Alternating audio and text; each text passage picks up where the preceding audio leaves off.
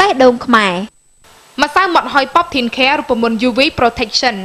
អ៊ីនស៊ូឡៃអាហារូបត្ថម្ភដែលមានគ្រប់ជីវជាតិសម្រាប់សុខភាពឪពុកម្ដាយជាទីស្រឡាញ់របស់អ្នក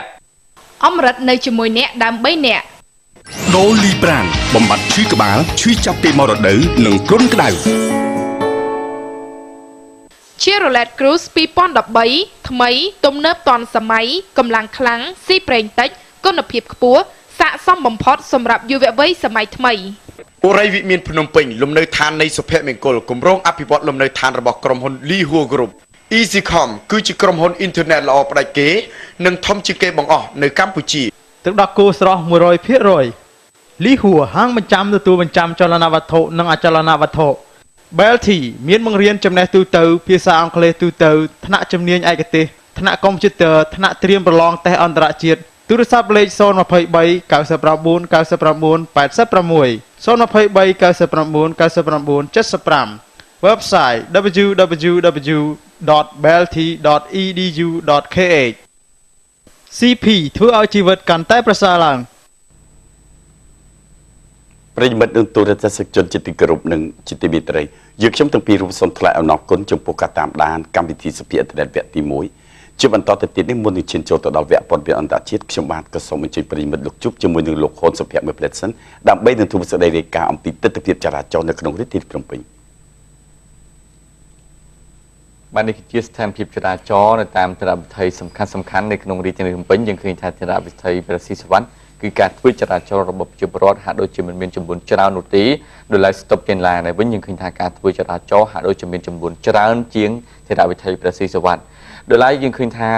ស្តុបទួលគោកឯនោះវិញក៏មានចំនួនច្រើនដែរក៏ប៉ុន្តែមិនមានការកកស្ទះចរាចរណ៍នោះទេដោយសារតែនៅទីនោះមានប្រព័ន្ធភ្លើងចរាចរណ៍យ៉ាងត្រឹមត្រូវផងដែរដោយឡែកយើងឃើញថាមហាវិថី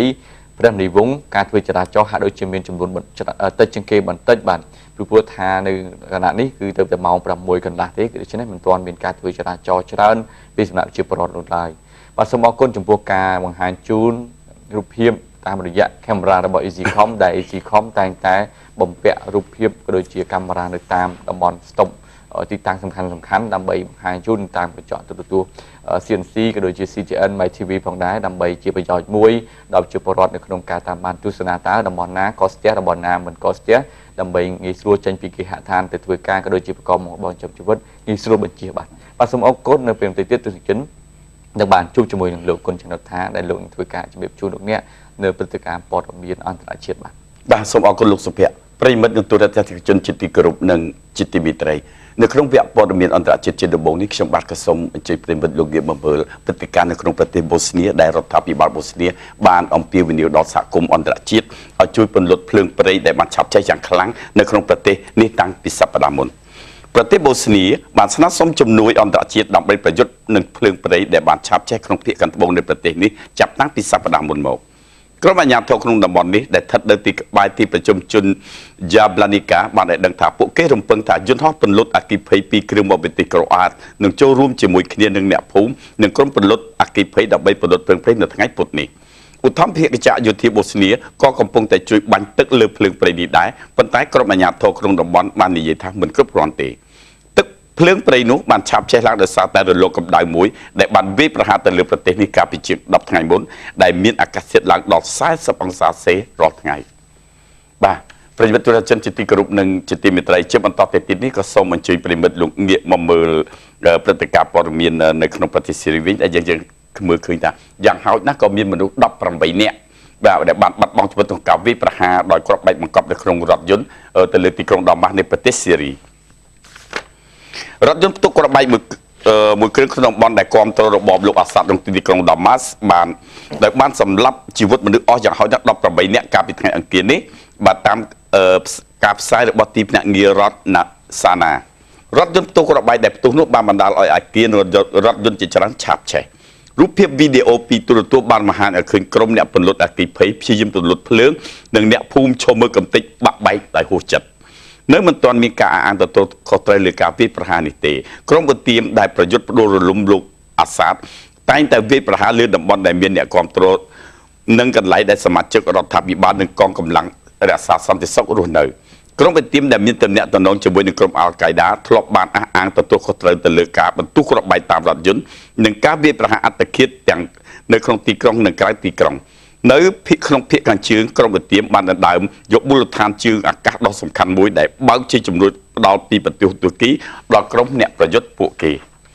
បាទប្រិយមិត្តទស្សនិកជនជាទីគោរពនិងជាទីមេត្រីជាបន្តទៅទៀតនេះខ្ញុំបាទក៏សូមអញ្ជើញ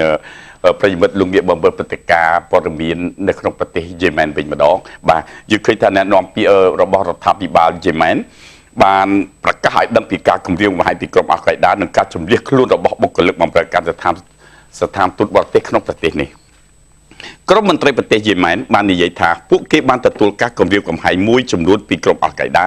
ទៅលើគោលដៅជាច្រើនដូចជាស្ថានទូតបរទេសនិងការិយាល័យរដ្ឋាភិបាលនៅទីក្រុង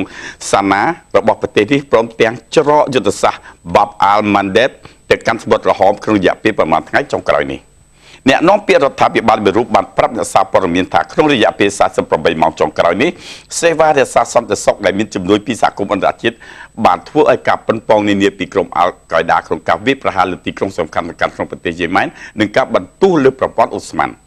គេនៅមិនទាន់ដឹងច្បាស់ថាតើរបាយការណ៍ទាំងនេះនឹងដូចគ្នានឹងរបាយការណ៍របស់ក្រមចារកិច្ចដែលនាំឲ្យក្រសួងការបរទេសសហរដ្ឋអាមេរិកបានចេញបញ្ជាឲ្យបុគ្គលិកស្ថានទូតអាមេរិកក្នុងប្រទេសយេម៉ែនចាក់ចេញពីប្រទេសនេះនិងបិទកន្លែងការទូតរបស់ខ្លួនចំនួន19នៅទូទាំងតំបន់មជ្ឈិមបូព៌ានិងអាហ្វ្រិកមន្ត្រីចារកិច្ចសហរដ្ឋអាមេរិកនិងអ្នកការទូតអ្នកនៅក្នុងតំបន់មជ្ឈិមបូព៌ាបានប្រាប់អ្នកសារព័ត៌មានថាការបិទស្ថានទូតនេះបានកើតឡើងដោយសារតែគេចាប់បាត់អាសាសម្ងាត់មួយរបស់ក្រុមអាល់កៃដាតាក់ទងនឹងការវាយប្រហារដ៏ធំមួយប្រទេសអង់គ្លេសក៏បានដឹងដែរថាខ្លួនបានជន្លៀសបុគ្គលិកទាំងអស់ចេញពីស្ថានទូតនៅក្នុងប្រទេសយេម៉ែនដោយសារតែបារម្ភចំពោះសន្តិសុខបាទជាបន្តទៀតនេះខ្ញុំបាទក៏សូមបង្វែរអារម្មណ៍ប្រិមិត្តលោកងាកបំរើព្រឹត្តិការណ៍ព័ត៌មានមួយទៀតដែលតាក់ទងទៅនឹងប្រទេសអ៊ីរ៉ង់បាទយើងឃើញថាលោកប្រធានាធិបតីថ្មីរបស់ប្រទេសអ៊ីរ៉ង់បាននិយាយថាប្រទេសរបស់លោកបានត្រៀមខ្លួនជាស្រេចហើយដើម្បីចូលរួមចរចាជាមួយនឹងមហាអំណាចពិភពលោកជុំវិញបញ្ហាបរមាណុដ៏ចម្រូងចម្រាសរបស់ប្រទេសនេះថ្លែងការពីថ្ងៃអង្គារនៅក្នុងសន្និសីទសារព័ត៌មានមួយរបស់ខ្លួនចាប់តាំងពីថ្ងៃចូលកាន់តំណែងមកលោកហាសានរ៉ូហានីបាននិយាយថារដ្ឋាភិបាលរបស់លោកនឹងមិនមកអងពេលទេនឹងបានសម្ដែងនៅក្តីសង្ឃឹមថាពិភពលោកខាងលិចនឹងប្រើប្រាស់ការចរចាជាជាងការគម្រាមកំហែងនៅក្នុងសេចក្តីថ្លែងការណ៍នេះលោកហូរ៉ានីបានរិះគន់ដោយត្រង់ចំពោះសហអាមេរិកចំពោះការប្រព្រឹត្តផ្ទុយដោយនិយាយថាអេរយាប័តនោះនឹងធ្វើឲ្យគេមិនមានការទុកចិត្តលើភាពស្មោះត្រង់របស់ក្រុមមន្ត្រីអាមេរិកលោកបាននិយាយថាអ្វីដែលសំខាន់សម្រាប់យើងគឺជាការឆ្លើយតបតាមបែបទង្វើពីរដ្ឋាភិបាលសហអាមេរិកមិនត្រឹមតែជាសេចក្តីថ្លែងការណ៍នោះទេនៅក្នុងថ្ងៃដដែលនោះដែរលោកប្រធានាធិបតីលោកប្រធានការបរទេសរបស់សហភាពអឺរ៉ុបលោកស្រី Catherine Ashton ក៏បានអំពាវនាវឲ្យលោកហូរ៉ានីរៀបចំកិច្ចការចរចាបរមាណុឲ្យបានឆាប់បាទប្រិយមិត្តទូអ្នកជនជាទីគោរពនិងជាទីមេត្រីសម្រាប់វគ្គព័ត៌មានអន្តរជាតិជាចុងក្រោយនេះគឺតាក់ទងទៅបញ្ហាពស់ថ្លាន់នៅក្នុងប្រទេសកាណាដាដែលយើងឃើញថាពស់ថ្លាន់ទម្ងន់45គីឡូក្រាមមួយក្បាលដែលគេជឿថាបានសម្លាប់ជីវិតក្មេងប្រុសជាតិកាណាដា2នាក់បានរត់បាត់ពីទ្រុងនឹងវាតាមពីដានចូលទៅក្នុងបន្ទប់ក្មេងប្រុសទាំង2នាក់នោះកំពុងតែដេកនេះបើតាមឲ្យការឲ្យដឹងពីក្រុមអាជ្ញាធរកាលពីថ្ងៃអង្គារបងប្អូនប្រុស2នាក់ដែលមានអាយុ5និង7ឆ្នាំកំពុងតែស្នាក់នៅជាមួយនឹងមិត្តភ័ក្តិរបស់ពួកគេដែលមានឪពុកជាម្ចាស់ហាងលក់សត្វចិញ្ចឹមប្លែកៗអាជ្ញាធរបាននិយាយថាអ្វីដែលក្រុមអ្នកស៊ើបអង្កេតជឿនោះគឺថាអ្វីដែលកាត់ឡើងពីពស់នោះវាបានចូលទៅតាមប្រហោងតូចមួយនឹងលូនទៅរកបន្ទប់ដែលមានក្មេងប្រុសទាំង2នាក់ដេកនៅក្រុមអាជ្ញាធរបាននិយាយថាបរិសុទ្ធជាម្ចាស់ហាងលក់សត្វចិញ្ចឹមប្លែកៗនោះមិនមានការអនុញ្ញាតឲ្យរក្សាទុកពស់ថ្លាន់ប្រភេទមកពីតំបន់អាហ្វ្រិកទេហើយគេក៏បានដឹងថាមានពស់ថ្លាន់នោះនៅទីនោះដែរ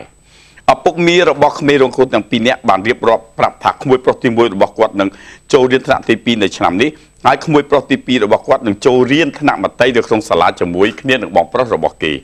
អ្នកជំនាញខាងសត្វពស់បាននិយាយថាសត្វពស់ថ្លាន់មានភាពភ័យខ្លាចនឹងតែងតែពាត់នៅអ្វីដែលគេបានរស់នៅក្បែរខ្លួនបាទប្រិយមិត្តទូរទស្សន៍ជនជាទីគោរពនិងជាទីមេត្រីវគ្គព័ត៌មានអន្តរជាតិក៏ពេលនេះក៏បានឈានចូលមកដល់ទីបញ្ចប់ផងដែរដូច្នេះយើងខ្ញុំទាំងពីររូបក៏សូមការអនុញ្ញាតសម្រាប់មួយផ្លេតសិនដើម្បីជួបជាមួយនឹងអ្នកឧបត្ថម្ភកម្មវិធីហើយយើងជួបគ្នានៅក្នុងវគ្គវិភាគព័ត៌មានជាបន្តទៀត